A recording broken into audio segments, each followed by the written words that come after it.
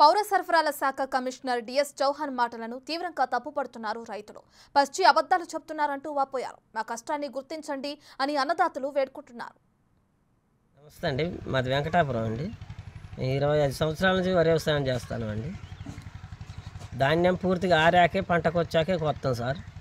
ఈ పచ్చి ధాన్యం కోయము.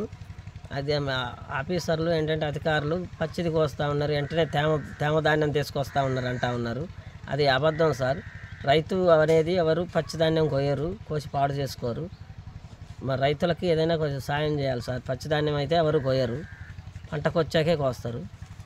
మిషన్ చూపెట్టాలి కదా సార్. పచ్చిది కొత్తేలాగా మిషన్ 20 రోజులు ఎండాక, 20 రోజులు రోజుకు 4 చుట్లు ఎండాకి గెలికాక, ఒడ్లు ఆరాక, ఒడ్లు తేమ శాతం మిషన్ చూపెట్టాకే అప్పుడే కాటాకి ఇస్తాం.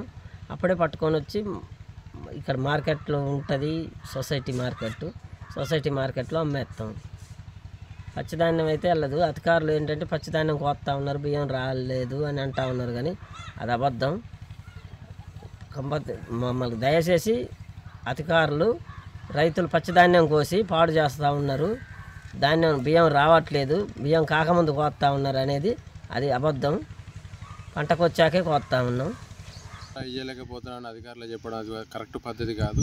ట్రేడర్లు మిల్లర్లు వీళ్ళు కుమ్మక్కై ఆసామిని ముంచేస్తున్నారు మొత్తమే. వీళ్ళు ఈ అధికారులు ట్రేడర్లకు మిల్లర్లకు వత్తాసు పలకడం వల్ల వాళ్ళు ఇది అని అదని రైతులకు కొర్రీలు పెట్టి మహా ఇబ్బంది పెడుతున్నారు.